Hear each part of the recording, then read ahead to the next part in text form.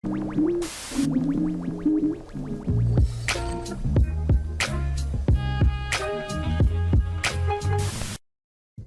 going on, everybody? This is Marcus, and I'm here with my lovely wife, Shira. And we would like to welcome you to another episode of the Black, Married, and Debt-Free podcast.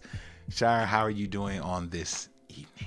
Yes, I'm doing well. Yeah, it's been a long day, huh, Shira? It has definitely been a long day. We're recording later in the evening. Yes. But we're here, and we are here. Excited to be hopping into this episode. How are you doing? I'm doing good, Shira. I'm doing good. I'm really excited because we have something special coming up in this episode. We're going to be sitting down for answering a special question with a special guest, and we want you to stick around. Okay, we want you to stay for the entire matter because you're not going to want to miss this. Give a little bit more detail, right?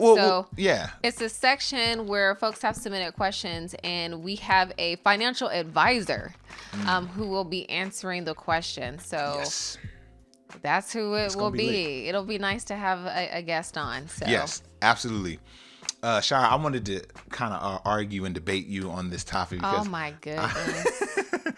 I feel like me and you have some great conversations off camera. I'm always like, we should have recorded that. You know what I mean? I'm always thinking like that. But I wanted to get your take because you always have a really good opposing view on this topic, but I really like it. So I kind of wanted to see if we can recreate that magic. But before we do that, before we get into that, Shira, I got to do this. If you have not yet left us a 5-star review on the podcast platform you're watching, I'm hurt. You know what I'm saying? Me personally, I'm really hurt. We would love for you. It would do our heart good if you went and gave us a 5-star review immediately following this podcast and just leave us a little note saying how you feel about the podcast. Then once you've done that, go over to your email and email us at blackmarriedanddebtfree@gmail.com and let us know you left the review. And we will respond with a gift. We have a gift for you. You'll get our free masterclass, okay? Yes. And Marcus, as you were talking, you gave the incorrect email. Is blackmarrieddebtfree@gmail.com. What'd I say? You added an "and," which makes perfectly sense. I mean, it makes perfect sense. Right. But it is condensed. Yes. Thank you, Shira. blackmarrieddebtfree@gmail.com. And yes, we will send you the masterclass. Get out of debt and start building wealth. Absolutely. So, Shira, let's get right into it. Okay.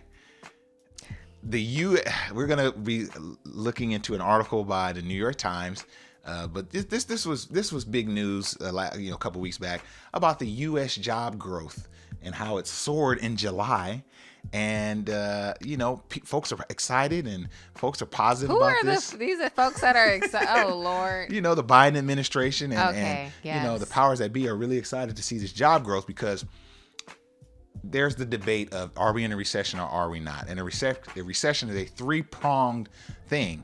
And jobs being lost is a part of that cycle that creates a recession. You have inflation, you have job loss, and I'm forgetting what the third one is. But job loss is a big part to determining if you're in a recession or not. And now they're saying, well, hey, the job numbers are good. So this ain't no recession, but I want to challenge that. You think it is a recession? This is what I think, Shira. And if you follow me on the quick cash, you already know where I'm coming. We getting Shira into the convo now. I not only think we're in the midst of a recession with these jobs, Shira, I don't think these jobs are moving the needle.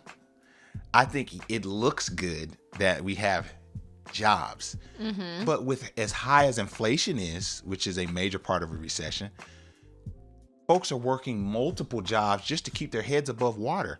These aren't jobs that you can work one and done. Now, while I believe those jobs are out there, I don't think that the majority of these jobs are those quality jobs that you can work in this time and just work one and have a livable wage. Okay, so I disagree. You disagree? Okay. Well, when we started the podcast, you said that I was going to disagree about something. I'm thinking, like, what could we possibly disagree about? Okay. Then you started talking, and I started opening my mouth. So now I'm like, okay. So it sounds like you're describing the jobs that are becoming available are jobs that are not paying a livable wage. Yes, And I feel like this is a okie doke. Like, I feel like they're not giving us the full picture. But yes, that's the big part of it. And so my opinion that I would like to add is that I think that it's been that way for a long time. Right. I think there are many jobs that don't pay a livable wage. Yeah. And that is not new. That's true. So if that is the only measure, then we've been in a recession for years. Okay, I like that, Shire. My thing is maybe my bone to pick is with the Biden administration or the economists that really don't want a recession. They don't want to use the word recession because that will create panic within the, folks start hoarding their money and being more less generous with putting money into the economy, right? And so in order to avoid that, they want to say, well, the job growth shows that we're just not in a recession. Well, my thinking is we are in a recession because these jobs, we already had an issue with wages, but it's amplified now because of the inflation, which is a sign of a recession. So that's my thing. It's like these jobs aren't going to combat the inflation in the way they should, because to your point, they weren't combating it before hyperinflation of 2022. You know what I mean? And so I feel like, why don't y'all tell us that part of it? Like, these are, according to this article, these are restaurant jobs. These are jobs in hospitality, food hospitality. service. I mean, these are jobs that it's like, those really ain't cutting it. There was a time when a waitress job plus tips you could have an apartment and live above the poverty line with that job. Now But you can rent a room. I mean, unfortunately, that is a sad truth, especially depending on where you live in the country.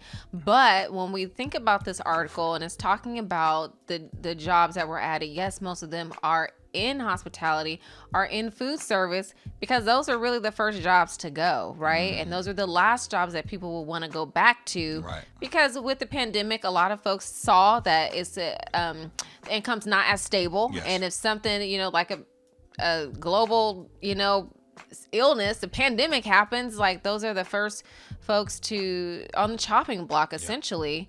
And, at least in our area for the last several months, there are literally help wanted signs in almost every restaurant. So the jobs are definitely out there, but are they paying a decent wage? No.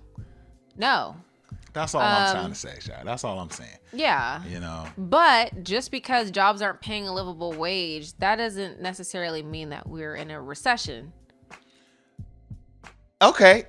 Here's another pushback then, Shai. Okay. What qualifies these as quality or good jobs? It doesn't say that. Is it just that it has that. Yeah. The article doesn't say I think that that's where I'm good upset. jobs have been added to the market. So then why use that as a way to ensure and give folks hope that there's not in a recession? It's just because the jobs number has increased. That automatically means, well, we're not in a recession now because we have more jobs, but they're admittedly not great jobs. So my thinking is, what you think about that, Shai? I think you raised a point earlier off camera about, like, you think that there are quality jobs available. I think you were saying it. Can you go into some of what you were saying? I'm trying to remember specifically. You said there are jobs, but they are higher level jobs that maybe people aren't qualified for, right? Something to that extent. Can you? Yeah, I don't know that this article may have touched on that. But yeah, I think that there are, the higher paying jobs, the less people are qualified for those jobs, right? Yeah. And so when we talk about the job market, you got to consider how many people are in the job market. That's anyone that's of a working age. Right. So of course those higher paying jobs, are scarce depending on where you live, and may require a skill set that broadly people don't don't have. Yeah. So, Shai, this article highlights a story that I kind of want to talk about. It's a lady named Charlene Ferguson, and she is a director sales and marketing director. Sales and marketing director in Dallas, right? And she's saying that she's trying to hire people, but she says, and I quote, "The people that we used to pay $22 an hour to start are now asking for $35 to $40 an hour."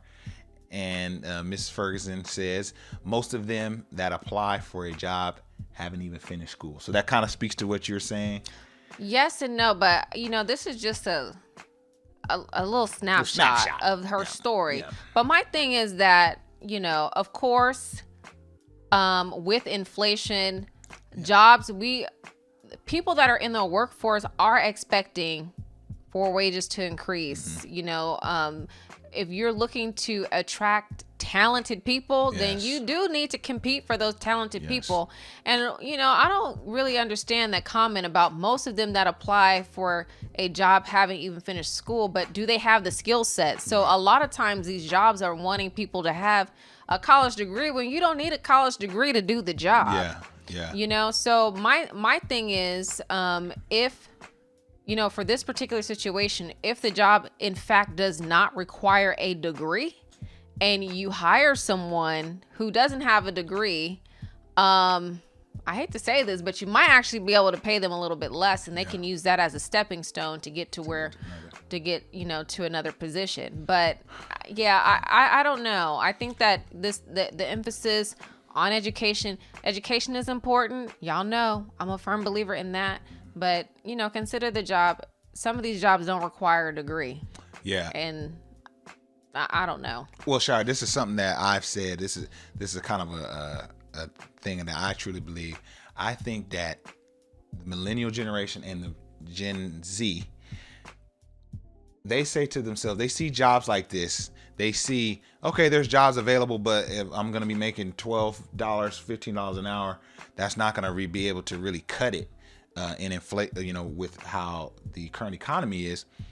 I think that's why we have such a boom in content creators, gamers. I think they say, you know what, I'm more willing to try starting a YouTube channel and see if I could hit the lotto there than I am to go work at McDonald's. When for me and you at 16 years old, I was at Domino's. You had your job. You know what I'm saying? Been there, done that. And that was cool for us. But now it's just like there's so many examples for them of people who, quote unquote, hit it big, like becoming YouTubers or content creators, that I think more people are like, you know what? I'll just try that. That's why I think a lot of these jobs are going to go unfilled. What it sounds like is that there are jobs out there and there are people who don't want to work the job. They would rather try their hand at YouTube to become a millionaire. What is the more realistic path that you would take a job making enough money to pay your bills, or you gonna hit it big on YouTube or on Instagram or on TikTok? What is the more realistic path? And I think it's fine to explore these different avenues. I'm so glad that you brought this up, but I think that that it's fine for folks to explore different avenues. You want to explore content creation. That's great. But I would do that while working a job. And then eventually, if you're in a position to quit your job, then go ahead and quit it then. But if you spend, a decade of your life dibbling and dabbling in content creation or building a brand because of what you see other people do, you're gonna have playing a lotto, really. Right. You're gonna have a very difficult time making up for that lost time. Not to mention, many jobs are going to have benefits. You want to be a YouTuber, don't mess around and get sick, okay? Because then it's going to be something. So I think you're absolutely right. I think there are a lot of people in our generation who are looking for alternative employment. Right? Alternative employment. They're looking for a quick way to build wealth, right? And so, while a lot of these jobs are not the greatest, what we can do is put ourselves in the best position to compete, right? To compete in the workforce. Like I talked about having my working with a coach to rework my resume so that I could compete in the workforce And of course, employers, they need to compete for us as well. Right. You know, just like in that quote, you saw that folks are demanding higher salaries. So at the end of the day, do you want somebody to fill this job or not? Right. And if you do, then okay. And I feel that it is well within a person's right to negotiate their salary or to ask for what they want to ask. So don't be afraid to make the ask. But then you're looking at this article for the New York Times, and then you're looking at like reality and what a lot of people are doing, what a lot of people are striving to do, and it's just like, what is the most realistic or logical a choice? Well, there's one thing for sure, is that this thing is always evolving and always changing. And so we're going to keep an eye on it. But Shire, this has been a great conversation, but I'm sorry, I got to cut this short because we got something special brewing. Yes. We are going to be having a new segment, and I'm excited about it. So we're going to be having one of your questions answered by a licensed, certified financial planner. Yes. So do us a huge favor too. Email us your questions. Keep them coming. Yes. Because you might get it on this show and have it answered by a professional. So Shire, without further ado, let's go to the question. And this is the Ask a CFP segment of the show. We get so many questions from you all that we wanted to reach out to a professional, a certified financial planner. So we got one of the best. Yes. You know what I mean? And that's what we're excited about. So I'm going to bring up right now Dominique Henderson. He is a podcaster and author, a certified financial planner, and not just any certified financial planner. He is an Investopedia Top 100. How you doing, sir? What's going on, Marcus? How you doing, Shira? Good to see you guys. We're doing great. So we're just going to run through this question that we got from our one of our listeners. Did you want to make your disclaimers now? Or? I know it's like, people listen to these and they're like, man, you gave me so many disclaimers. Can I even use the advice? I get it. Right. I would do my best to help out because I do realize the service that you guys are offering, and even as a fellow podcaster, just kind of sitting in the seat of advisor, it's a sacred seat. So I'm going to do the best I can. Obviously, what I'm saying, unless you sit down with me as your financial planner / financial advisor, it's going to be maybe absent some context, some additional context that maybe need to be given. So I would say that is probably the underlying piece of advice I would give with all this is context. Absolutely. And Dominique, before we really dig in, I do want to take a moment and talk about your book, Assess, Address, and Adjust. Can you tell us a little bit about your book? Yeah, man, this was a somewhat of a passion project, but at the same time, I was having a lot of conversations during the pandemic with both clients on my wealth management side of the business and also consulting clients, because a lot of my consulting clients wanting to get into financial services, and we kept on hitting this theme in the conversations around people just really not feeling fulfilled, really feeling their purpose is not being fully utilized and or explored with the careers they were in, and they felt stuck, right? And so, after having so many of these conversations, I was like, well, Dominique, you've kind of been there before. You've worked out a framework and some frameworks that have helped you. So why don't you share that? And that's how it started. And this was like at the end of 2021 that I came up with this idea, and I was just like kind of passively like, I'll get to it. And then my mastermind was like, when you gonna finish that book? So I was like, okay, I'm gonna commit to 1,000 words a week until I finish it. And then that whole process, and that's how it came about. So it's been really great. I've gotten some really great feedback from it from my clients, and I'm just really happy that I got it done. That's great. Wonderful. Yeah, that's great. Yes. We're super excited to really dig in on that project. So listeners, do what you do now. Do what you do. Go grab that book. I can't express that enough. Shira, I'm gonna let you go ahead and read read this question this week. It's on you. Okay, sounds good. So when we receive questions, we do want to say that the names are omitted, so we don't have anyone's name. And sometimes when folks tell their stories, sometimes they are just sharing what they like to share, and sometimes some of the critical details are left out. And so we're glad that Dominique is on the line with us to help navigate some of these questions. So the first question is, I'm in my mid-30s. I have no savings for retirement, and I have a lot of student loan debt, about $30,000. I recently started a new job, and I finally have extra money. Should I focus on paying off my student loan debt and focus on retirement after? I'm afraid that if I continue to postpone saving for retirement, I won't ever get there. But my debt is really stressing me out. Please help. Wow. First of all, my heart kind of goes out for this person. I can almost hear their pain through the words. I think the very first thing I would advise, apart from financial, is just kind of take a breath and woosah just a little bit.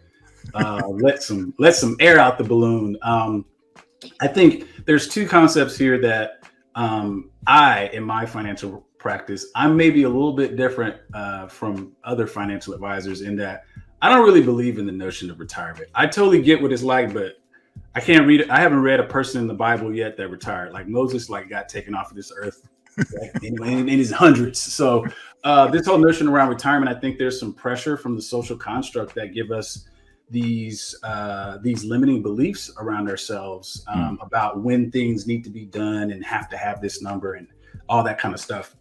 And so I would implore this person to kind of explore what you really love to do, what you really like to do, what you feel like you may be called to do. And first make sure that is what you are on the path to accomplishing. If not, or I would say if so, then you probably will feel less stressed because it's not about the money.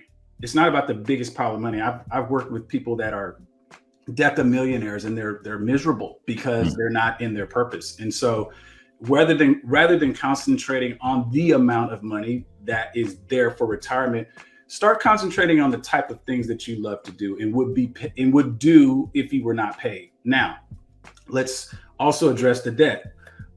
There's a lot of different things that can be done with student loan debt, as far as consolidating, as far as it getting forgiven, all this kind of thing. So I would recommend maybe speaking with a student loan debt counselor.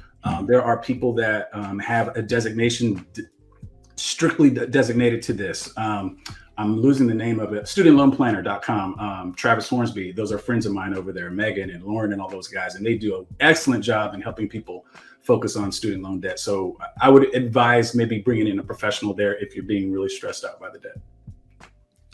Excellent advice there, Dominique. And we're going to have those resources in the description too. So Dominique, thank you so much for being a part of this segment.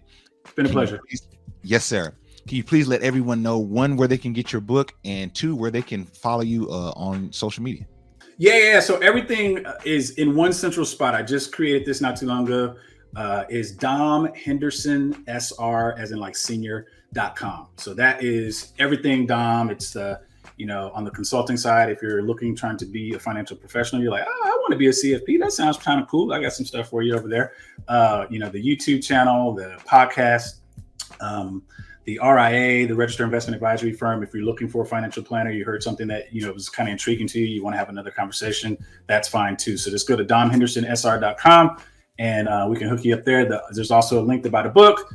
If you buy it from the website, you'll get a signed copy. If you buy it from Amazon, it'll be a little cheaper, but I won't have my signature in there. So there's that for you. That's amazing. So be sure to go check out that website. We're going to have it in the description below, and I'll give you access to all Dominique's information. Dominique, thank you so much again. We really appreciate it, man. Thank you. Yes. Cool. So fun having you guys. Yo, so we hope you enjoyed that segment of Ask a CFP. Shai, what'd you think about it, dude? It was pretty dope, right? I'm excited. I'm excited, especially for that question. Oh my goodness. Yes. There was so much in that question. Right. And then also that this is going to be a reoccurring segment over the next few weeks. Yes, so definitely absolutely. excited about that and to get to more of your questions. Absolutely. So we hope you enjoyed this episode of the Black Married and Debt Free podcast. We did. I had a good time, Shire. So for Marcus, this is my lovely wife, Shira. and we're going to holler at y'all on the next episode. Peace. Bye.